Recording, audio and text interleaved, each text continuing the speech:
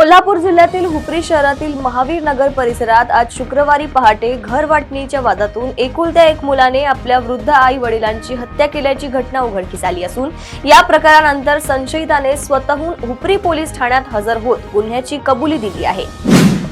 भाईंदर पूर्वेच्या तलाव रोड भागातील पारिजात रहिवासी इमारतीमध्ये बिबट्या शिरला आहे। नागरी वस्तीत शिरलेल्या बिबट्याने हल्ला करत तिघांना जखमी केल्याची माहिती देखील समोर आली आहे।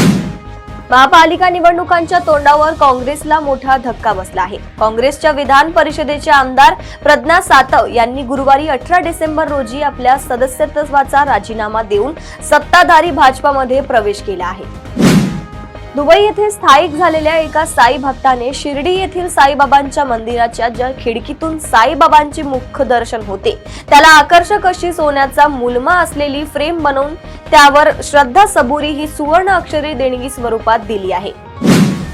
महसूल मंत्री चंद्रशेखर बावनकुळे यांनी पालघर व मावळ प्रकरणातील निलंबन मागे घेण्याचे आश्वासन दिल्याने महसूल कर्मचाऱ्यांमधील असंतोष निवळला असून राज्यभर पुकारलेला काम बंद संप स्थगित करण्यात आला आहे। माणिकराव कोकाटे यांनी मंत्रिपदाचा राजीनामा दिल्यानंतर राज्याचे मुख्यमंत्री देवेंद्र फडणवीस यांनी पहिली प्रतिक्रिया देत म्हटलंय की त्यांचा राजीनामा मंजूर करण्यात आलेला आहे आणि त्यांच्या खात्याची जबाबदारी सध्या अजित पवार यांच्याकडे देण्यात आली आहे।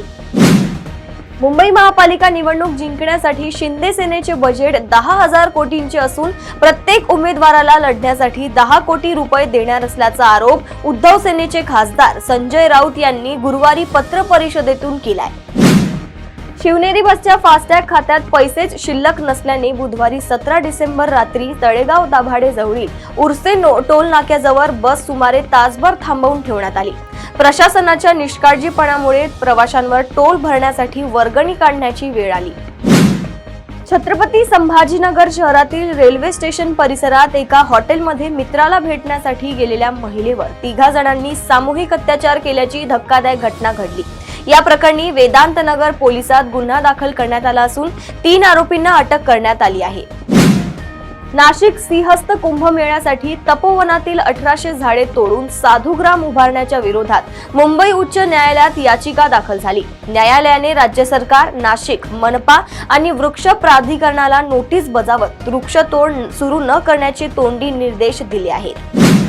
प्रदेशातील अशाच टॉप 10 बातम्या मी साक्षी आपल्यापर्यंत पोहोचवत राहील। तोपर्यंत बघत रहा देशोन्नती। नमस्कार।